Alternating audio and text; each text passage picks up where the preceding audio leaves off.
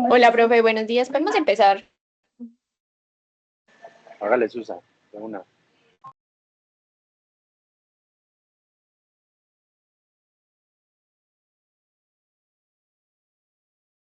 Bueno, listo, buenos días. ¿Cómo están? Mi nombre es Susana Sepúlveda Tamayo, soy residente de primer año y el día de hoy vamos a hablar de la evidencia del uso de misoprostol en el embarazo a término. Entonces, a modo de introducción, recordar que la inducción del trabajo de parto es estimular las contracciones antes de que la paciente inicie su trabajo de parto de forma espontánea, con o sin ruptura de membranas y con el objetivo de que logre un parto vaginal. Esta inducción se va a realizar cuando los riesgos de continuar con la gestación van a superar los riesgos de realizar la inducción del trabajo de parto con el fin de minimizar los riesgos tanto para la madre como para el feto. Entonces, antes de realizarla, debemos tener en cuenta ciertos requisitos, las condiciones maternas y fetales, cuál es la indicación para finalización de la gestación, que no tenga una contraindicación para tener un parto vaginal, valorar el estado fetal, qué edad gestacional tiene, si es prematuro, el bienestar fetal, cómo están las membranas, hacer una pelvimetría para valorar que la paciente no vaya a tener una ASP y valorar el cervix.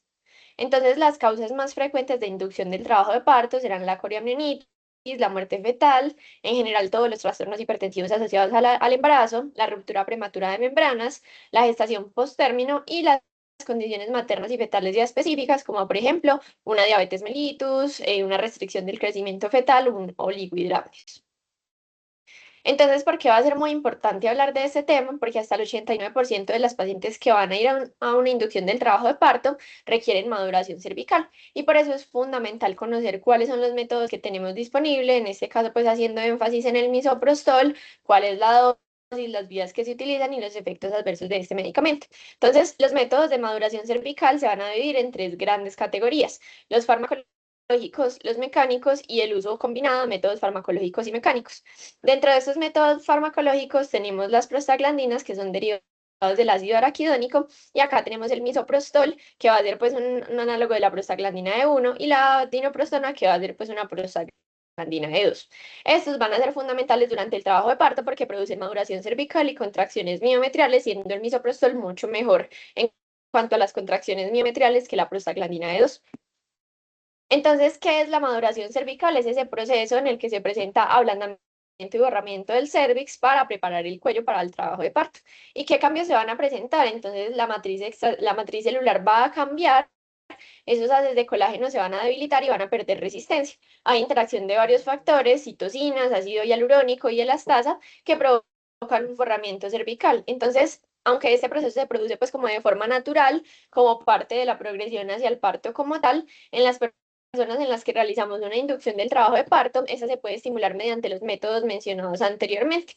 Acá tenemos entonces el puntaje de Bishop, que se creó inicialmente en 1964 por el doctor Edward Bishop, y es un método utilizado para evaluar la preparación de ese cervix para el trabajo de parto y predecir la probabilidad de que la paciente tenga un trabajo de parto en las siguientes 24 horas, basándose en los siguientes parámetros, entonces la dilatación, la posición del cervix, el borramiento, la estación y la consistencia de ese cervix. Entonces va a ser una escala cuantitativa que nos establece cuál es el grado de esa maduración cervical basado pues como en un puntaje. Entonces, cuando tenemos un Bishop mayor de 6, entonces esto nos habla de que es un cervix favorable y podemos iniciar oxitocina. Cuando es mayor o igual a 8, hay alto éxito del que la paciente tenga un parto en las siguientes 24 horas. Cuando es menor o igual a 6, entonces se recomienda hacer una inducción, hacer una maduración cervical con prostaglandinas, y cuando está por debajo de 4 vemos que tiene pues como una sensibilidad del 67% y una especificidad del 44% para tener un parto. Entonces aumenta como tal la incidencia del fracaso, es pues como el trabajo de parto. Pero es importante recordar que esta escala se realizó en pacientes multíparas, entonces pierde sensibilidad en las pacientes que son multíparas. En cuanto al misoprostol, entonces recordemos que es un análogo sintético de las prostaglandinas E1 que se creó inicialmente como tratamiento de la úlcera péptica, que pues se producía por antiinflamatorios no esteroideos, pero posteriormente se empezó a usar en obstetricia, que la primera vez que se usó fue en 1987 para inducir un trabajo de parto en un óvulo fetal. Conforme avanzó el tiempo, entonces se comenzó a estudiar su evidencia en los embarazos pues como vivos a término, y actualmente pues ya se recomienda. Entonces, ¿cuál es el mecanismo de acción por el que funciona este medicamento? Entonces, lo que van a hacer las prostaglandinas es que se van a unir a las células musculares lisas de la decidua. Esto genera contracciones uterinas, lo que lleva a una degradación del colágeno en el tejido conectivo y del estroma cervical, llevando a una contractura cervical. Entonces, en general, nosotros tenemos unas prostaglandinas endógenas que van a actuar sobre receptores miometriales que están en diferentes partes, tanto en el útero como en el cervix y en el tromboblasto. Entonces, el misoprostol va a actuar sobre esos receptores prostaglandínicos. Recordemos que estos receptores van a ser el EP1 y el EP3, que favorecen la entrada de calcio intracelular, generando la contracción uterina, y el EP2 y el EP4, que van a favorecer la relajación vascular. Entonces, el misoprostol va a actuar como de forma preferencial en el IP3, aumentando ese calcio y generando la contracción uterina. Entonces, como les mencioné, estos receptores van a estar en diferentes partes, por ejemplo, en el útero, que genera una estimulación, genera contracciones rítmicas irregulares, generando una progresión en el trabajo de parto, y también en el cervix, que va a modificar todos esos haces de colágeno, generando ablandamiento y maduración cervical. También es importante recordar que conforme aumenta la gestación tenemos mucha más sensibilidad al misoprostol, y esto explica por qué al inicio del embarazo, para producir, por ejemplo, un aborto, necesitamos unas dosis muy grandes de misoprostol, y al final para generar cambios cervicales solamente necesitamos 25 microgramos. El misoprostol entonces viene en tabletas ranuradas de 50 y 200 microgramos. En cuanto a la parte pues, de la farmacología, entonces su disponibilidad va a aumentar 2 a 3 veces con la administración vaginal frente a la administración oral. Su metabolismo es hepático, donde se modifica químicamente, que ya lo vamos a ver a continuación, y por eso en las pacientes pues, que tienen una falla hepática pues, como grave, necesitan una modificación de la dosis de este medicamento, y su eliminación es casi en su totalidad en la orina, solamente el 15% es en heces, pero es importante recordar que solamente el 1% de los metabolitos activos pues, del misoprostol se van a excretar por orina. Entonces, igual las pacientes pues, que tienen una falla renal no requieren ajuste de dosis. Entonces, como es todo este proceso que se va a dar, sabemos que el misoprostol es un profármaco que se va a desesterilizar y se va a convertir en éster metílico de misoprostol. Gracias a la 15-hidroxiprostaglandina deshidrogenasa, se va a convertir en el ácido misoprostólico, que es el metabolito activo, y se va a unir a los receptores acoplados a las proteínas E2 y E3, que fue las que les mencioné previamente, imitando la acción de las prostaglandinas E2, lo que favorece la entrada de calcio y activa la cadena ligera de miosina y fosforilactina, llevando finalmente a la contracción muscular. Entonces, acá comparando como los diferentes pues como aspectos en cuanto a la vía vaginal y la vía oral va a iniciar su acción de forma mucho más rápida, 12 minutos, comparado con la vía vaginal, 20 minutos. El nivel pico de la vía oral será de 20 a 30 minutos con respecto al de la vía vaginal, que es de 60 a 80 minutos. La vida media de la vía oral será de 20 a 40 minutos y la de la vía vaginal será 60 minutos, y es por eso que cuando utilizamos el misoprostol oral no es como tan importante la frecuencia, sino la dosis que vamos a utilizar en estas pacientes. La duración de la acción por la vía oral será de 2 horas versus la vaginal, que será de 4,5 a 6 horas. La dosis varía pues como dependiendo la guía, será de 25 microgramos a 50 cada 2 a 3 horas versus 4 a 6 horas según la guía donde se lea, y la vía vaginal será de 25 a 50 cada 3 a 6 horas.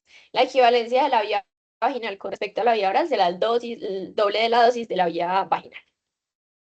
Entonces, en cuanto a la farmacocinética, según las diferentes vías, la vía oral es la única que está oficialmente aprobada por la FDA, pero recordemos que va a tener menor biodisponibilidad porque requiere el metabolismo hepático de primer paso. La vía vaginal va a evitar ese paso hepático, entonces va a tener más acciones sobre, pues específicamente como sobre el útero, y digamos que no está muy estudiada como tal la absorción vaginal, entonces puede tener una absorción errática, generando alteraciones en la biodisponibilidad. La vía rectal como tal, si evita el paso hepático, solamente un tercio de esas venas rectales van a ir pues a pasar como por el hígado antes de pasar a la circulación general.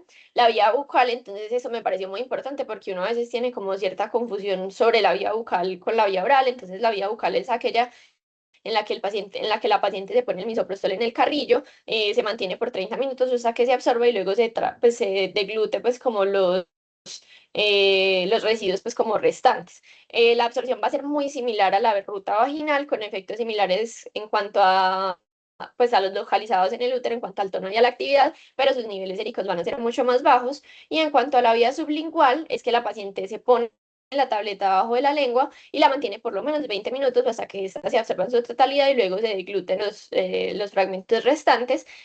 Este se va a absorber y se va a liberar en las venas yugulares y pasa directamente a la circulación. Y a pesar de que entonces tenemos variedad de estudios que comparan todas esas vías, no hay como una guía en específico que nos diga la vía oral o la vía vaginal va a ser la mejor, sino que ellos nos exponen como esta tiene más taquicistolia, esta produce parto más rápido, pero no hay una conclusión final. También es importante recordar que las pacientes a las que les ponemos misoprostol vaginal en muchos estudios se ha demostrado que incluso muchas horas después de administrar este medicamento por vía vaginal se encuentran fragmentos pues en la cavidad vaginal, lo que nos sugiere que de pronto no tiene tan buena absorción por esta vía. Y algunos estudios también han demostrado que cuando la paciente está con un sangrado activo, también la biodisponibilidad de este medicamento va a reducir.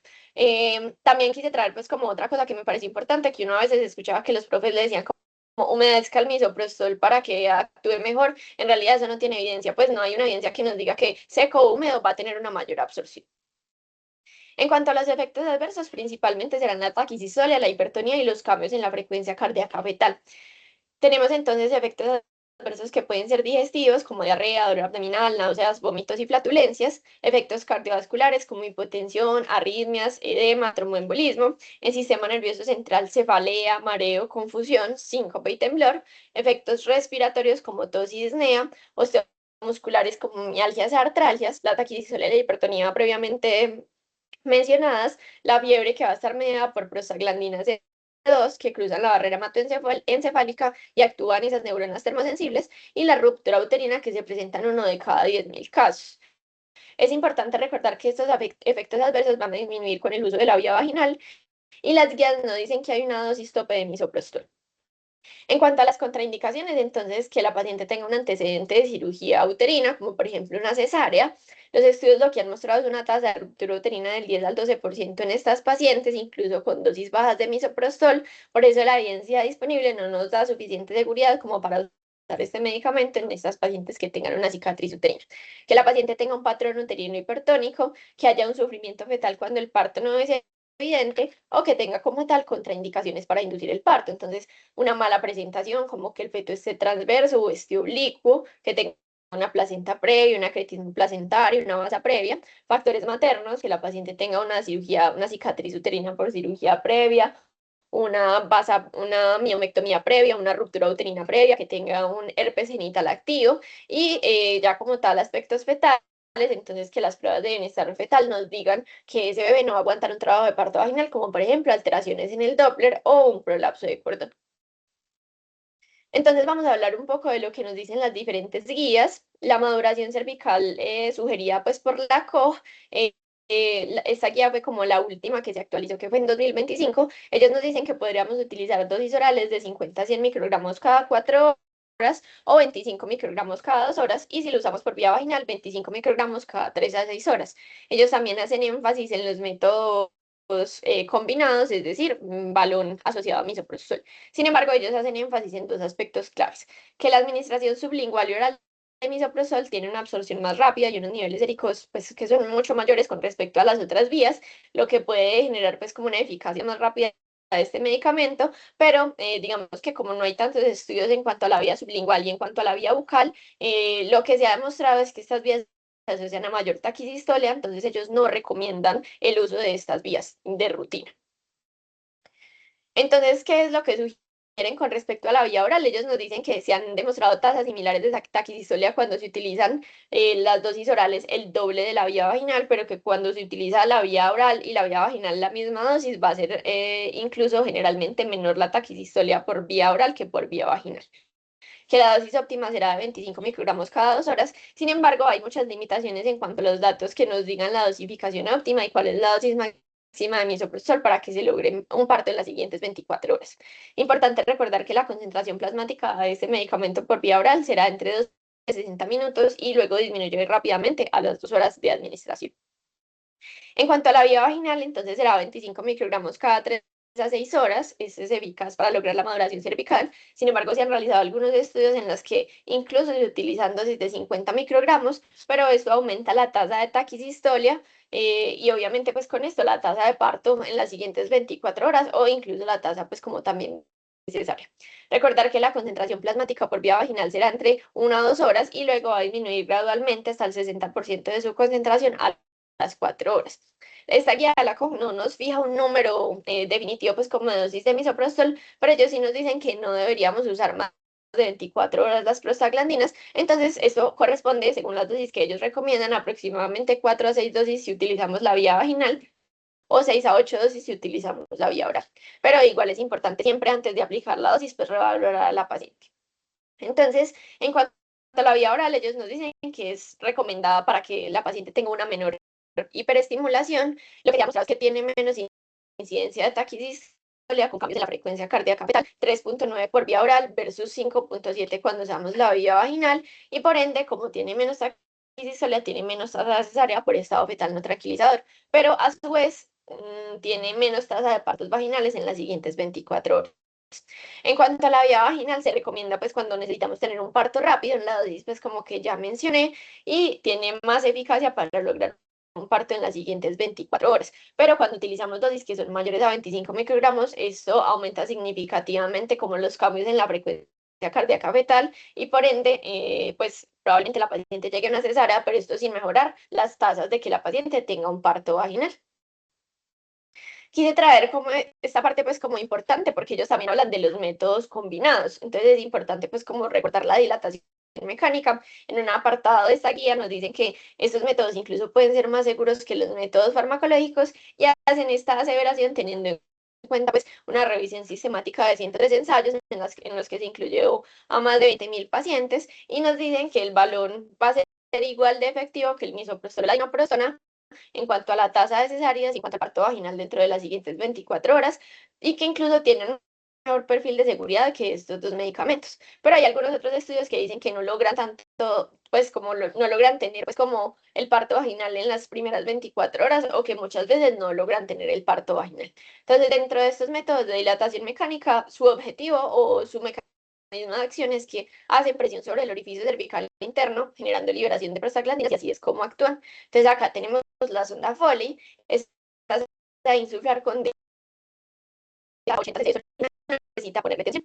Se puede usar hasta por 12 horas, pero nos demuestra pues como un beneficio ponerla más de 6 horas. También se describen los dilatadores osmóticos que lo que hacen es absorber agua y se expanden, pero se asocian a más riesgo de infección, y los balones de silicona que pueden ser simples o dobles, pero estos son mucho más costosos y en realidad están poco disponibles en nuestro medio y no ofrecen beneficios adicionales con respecto pues a la sonda Foley. Entonces lo que ellos nos dicen es pues como combinar estos métodos mecánicos con misoprostol, 25 microgramos vaginales, que pues son métodos que pareciesen ser más efectivos y revisiones sistemáticas con más de 40.000 pacientes, y lo que ellos encontraron fue que estas pacientes a las que se les las que se utilizaron estos métodos combinados tenían menor ingreso a unidad de cuidados intensivos neonatales, un mejor APGAR, menos tasa de taquidistolia, menos parto instrumentado y menos cesárea, pero una variable que no se pudo estudiar fue el riesgo de coriarnitis.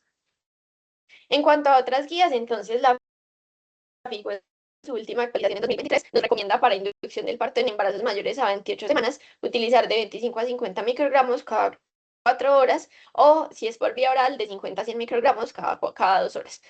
También nos dicen pues que para muertes fetales se utiliza pues como el mismo esquema, pero este precedido del uso de mifepristona, 200 miligramos por vía oral, 1 o 2 días antes del esquema de misoprostol. Es importante entonces recordar que ellos tampoco recomiendan el uso de misoprostol bucal y sublingual porque se asocia con una mayor incidencia de taquidistolia y de sufrimiento fetal. Entonces, en general, las recomendaciones y las dosis van a ser muy similares a las propuestas por la guía de la COF. En cuanto a las guías NICE, su última actualización fue en 2021, entonces ellos nos dicen que se usen dosis bajas de misoprostol de 25 microgramos por vía oral, no hacen pues como más extensión con respecto a la vía vaginal. Y en cuanto al protocolo del Clinic Barcelona, ellos nos dicen que el misoprostol va a ser la primera elección en aquellos pacientes que no tengan contraindicaciones y que tengan un bajo riesgo de hiperestimulación uterina, incluso comparados con la dinoprostol. Entonces, el protocolo que ellos nos sugieren es 50 microgramos por vía oral cada 4 horas. Dicen que la eficacia de 50 microgramos por vía oral va a ser similar a dar misoprostol 25 microgramos cada 4 horas con menos tasas de hiperestimulación. Nos dicen que la dosis máxima, ellos sí ponen una dosis máxima que es 4 dosis, y que la cuarta dosis uno la va a poner evaluando pues como el riesgo-beneficio de que la paciente en realidad si lo requiera o ya uno considera que tiene una inducción fallida. Entonces, este es como el protocolo que ellos nos sugieren. Cuando la paciente ingresa, que va a ser la hora cero, se le hace un monitoreo fetal para evaluar la dinámica uterina y la frecuencia cardíaca fetal. y le administra la primera dosis de misoprostol. En este protocolo se sugiere que usted haga un monitoreo fetal continuo por lo menos una hora después de que le ponga la dosis de misoprostol. A las siguientes 4 horas usted va a evaluar nuevamente a la paciente los cambios cervicales, la frecuencia cardíaca fetal y la dinámica uterina. Si no encuentra, pues si todavía encuentra un Bishop que no es favorable, va a administrar la segunda dosis igual, 50 microgramos cada 4 horas. A la hora 8 la va a revisar nuevamente estos parámetros que mencioné previamente y si todavía tiene un Bishop no favorable, va a poner la tercera dosis de misoprostol. A la hora 12 va a revisar nuevamente a la paciente y ellos dicen pues como es como a criterio médico que usted ponga la cuarta dosis o que en este momento usted puede decir que la paciente tiene una inducción fallida o si ya tiene un bicho favorable ponerle misoprostol. Ese entonces fue un metaanálisis que se publicó en Cochrane en 2021, que incluyó 61 ensayos clínicos con 20.000 pacientes que estaban embarazadas con un feto viable en el tercer trimestre, y la idea era comparar el misoprostol en dosis bajas, que ellos consideraban bajas como menores a 50 microgramos, para iniciar el trabajo de parto y comparándolo con diferentes métodos, el placebo, la dinoprostona, el misoprostol vaginal, la oxitocina y los métodos mecánicos. Entonces, ¿qué fue lo que encontraron principalmente? Quise traer como este cuadro porque el misoprostol oral o vaginal es el que más utilizamos en la institución. Entonces, ¿qué encontraron ellos? Que el parto vaginal las siguientes 24 horas, y vemos pues como el uso de misoprostol oral generó menos trabajo, pues menos parto en las primeras 24 horas con respecto al misoprostol vaginal. En cuanto a terminar en una cesárea, las tasas fueron muy similares en ambos grupos, pero si nosotros vemos acá la hiperestimulación uterina que genera cambios en la frecuencia cardíaca fetal y que probablemente esto nos vaya a generar un estado fetal no tranquilizador en el que la paciente vaya a terminar una cesárea, vemos que va a ser mucho menor cuando utilizamos el misoprostol oral versus el misoprostol vaginal, que son 57 por cada 1.000 y 39 por cada 1.000. En cuanto al misoprostol versus la dinoprostona, este también fue un metaanálisis que se publicó de 8 ensayos controlados que incluyó 1.800 pacientes. Entonces lo que querían evaluar era dosis bajas de misoprostol, 25 microgramos por vía vaginal, comparado pues como con la dinoprostona, el inserto vaginal. Entonces, ¿qué encontraron ellos? Dividieron los grupos muy similares, 937 pacientes utilizaron misoprostol vaginal y el restante fue con dinoprostol. Entonces, ¿qué encontraron? En cuanto a la necesidad de oxitocina, las pacientes que recibieron misoprostol tuvieron menor necesidad de oxitocina con un RR de 0.83 y una P que fue estadísticamente significativa, por lo que vemos que el misoprostol por su efecto como tal a nivel uterino genera adecuada progresión también del trabajo de parto. En cuanto a la tasa de cesáreas, ambas prostaglandinas pues fueron como similares, sin diferencias pues como estadísticamente significativas. En cuanto a la taquicistolia e hiperestimulación fue ligeramente mayor en cuanto a el misoprostol, sin embargo, pues no fue como estadísticamente significativa en esta dosis de 25 microgramos de misoprostol. Y en cuanto al ingreso sin el Apgar fue similar en ambas prostaglandinas, en realidad sus perfiles de seguridad van a ser equivalentes.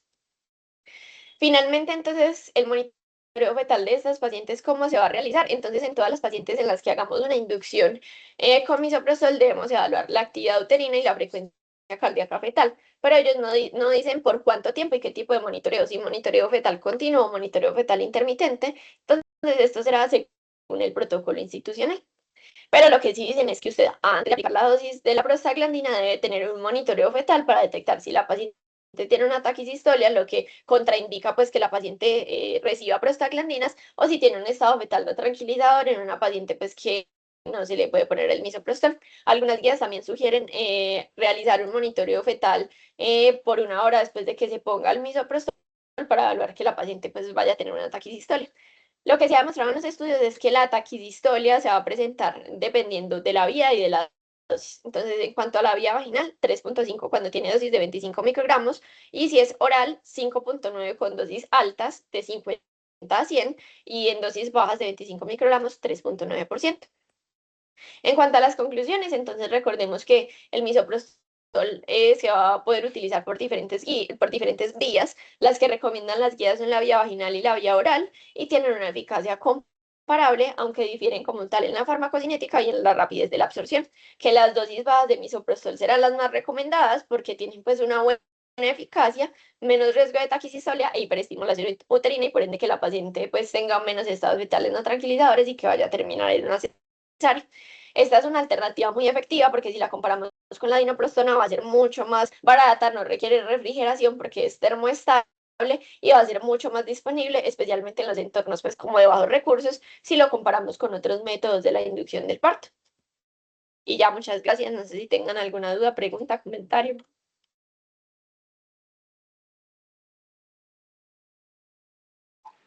Susan, no, muchas gracias. Hay temas en los que el panorama está como relativamente claro. De pronto fallamos es más como en abrirnos en las recomendaciones para tener como las mayores tasas de éxito y todo eso, pero nada, la revisión estuvo muy buena. Muchísimas gracias. Profe, muchas gracias. ¿Alguna otra duda, pregunta? Bueno, vamos a dar entonces fin a la presentación. Muchas gracias, que tengan un buen día.